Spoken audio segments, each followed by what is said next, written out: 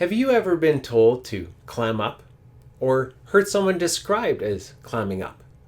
It's an interesting phrase that can be used to tell someone to be quiet and stop talking, or be used to describe a group of people who have suddenly gone silent.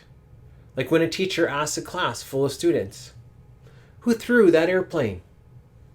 And everyone just sits there, silent as can be. If you have ever played around with live clams before, you're sure to recognize how appropriate this phrase can be. Growing up, I did a lot of fishing with my grandpa, and every now and then I would manage to catch a clam that happened to just clamp down on my lure. As fun of an experience it was, catching something like a clam, it sure was pretty hard trying to get the hook out without hurting myself or that clam. Once a clam clamped down, it was not easy to get them to open up again, and it would either take a lot of force or a lot of patience waiting for the clam to open up on its own. Being a kid, you can probably guess which approach I took. Hello my friends, Jeffrey Shao here from Grow to Your Potential. Today we continue on our journey exploring how the different behavioral styles respond to conflict while coming up with some Smurf names to describe those reactions. Although Clammy Smurf may not be a great sounding name, as I was preparing for our time together today, I couldn't help but think of clams when it came to the steady style and how they tend to handle conflict. Unlike the dominant style that can become quite direct and blunt, or the influencer style that will resort to humor and an increased need to talk things out, the steady style has a tendency to go quiet, which is rooted in their greatest fear. You see, each of the styles has a greatest fear which, when triggered, will influence their behavior. For the steady style, they have a fear of loss of security or confrontation. This style desires and thrives in a friendly, harmonious environment where everyone gets along. Confrontation upsets the harmony within the group and triggers the fears of the steady style. Although not all steady style people will respond the same way, their desire is for things to return back to a state of peace, and they can pursue this in different ways, which I will represent through two different Smurf avatars. First up, I'd like to introduce you to Ostrich Smurf. Ostrich Smurf is a peaceful Smurf who loves all the other Smurfs. He'll work hard to ensure everyone is happy and well cared for. Although Ostrich Smurf is an incredibly gifted and loyal Smurf that everyone wants on their team, Ostrich Smurf can struggle with conflict and self-confidence.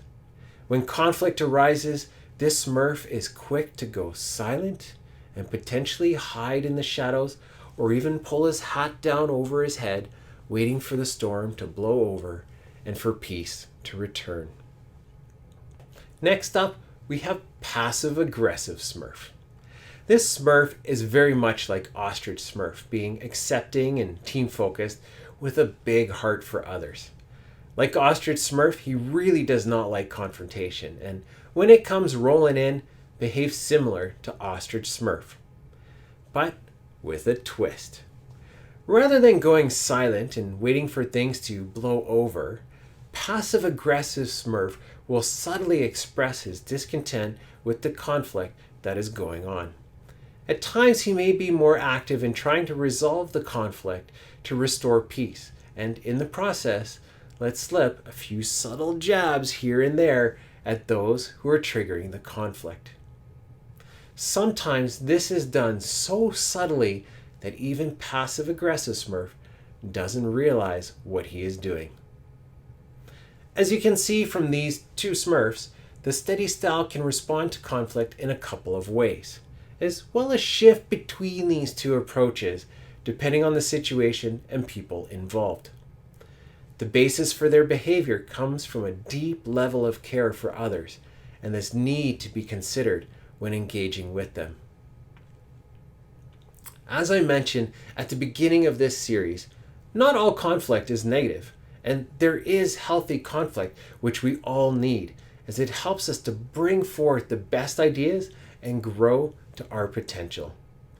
Even though some styles readily engage in conflict, this style's tendency is to clam up.